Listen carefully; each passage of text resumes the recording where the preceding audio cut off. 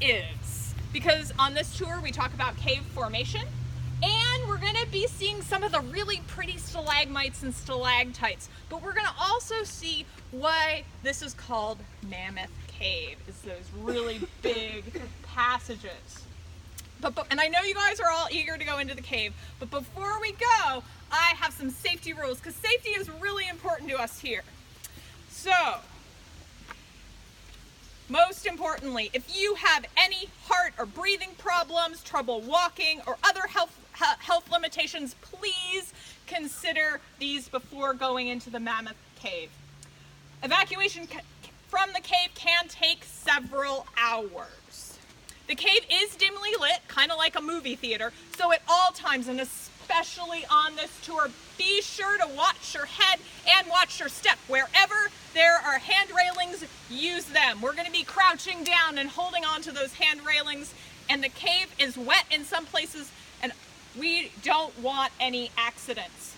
We're going to stay on the trail to protect the cave and also to protect your safety. And everyone who's under 16, raise your hand. Yes, I'm glad to see some young people here. Now put that hand on the person who dragged you here. That is how far you are going to go from that person who dragged you here. No wandering off, and in the event that the lights go out, we want you close to your parents for safety. Everyone who's going to take pictures, you're going to turn off the flash on your camera. This is to protect everyone's eyes. You are also going to stop whenever you take pictures. That said, this is not a photography tour. This is a cave tour. We're going to be seeing some of the really pretty parts of the cave, but to do that, we need to keep the group moving since this is a long group. So you can take more pictures at the stops, but while we're moving, please keep up with the group. Because we are going to a remote section of the cave, I need to be able to communicate with, and I'm Ranger Joan, by the way, with Ranger Jason. In the event of an emergency, you all are going to be doing, our communication will be a big game of phone tag. So we're going to need you all to stick together as a group. This is very, very important for safety. So the pace in the front is going to be slower. I'm going to say that again. The pace in the front is slower than the pace in the back. That's because we're like a giant, it's like playing a game of crack the whip for those people up north who go ice skating. So the pace in the front is slower. Those people in the back, they're constantly moving faster. So if you want a slower pace, please come to the front. The mission of the National Park Service is to protect the beautiful places in our nation. So do not litter or remove anything from the cave. Don't write or mark on cave walls. Avoid touching the cave walls. That oil from your skin will hurt the stalagmites and the stalactites. And we are also going to be walking over those mats to clean our shoes when we leave the cave. And that's because the bats in the cave are infected with the white nose syndrome. That can sometimes cause them to behave erratically. In the unlikely event that we see a bat, leave the bat alone.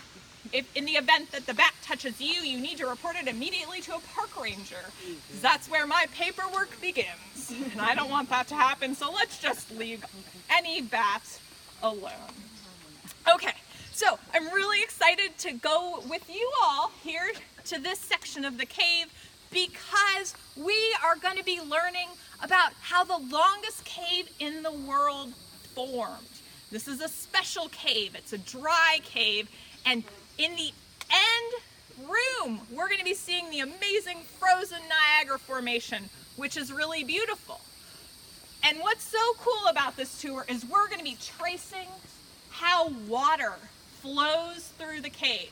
So everyone, I want you to imagine that you're a droplet of water that has just fallen to the ground. We had rain a couple weeks ago, and that water would have gone down into the cave through this sinkhole.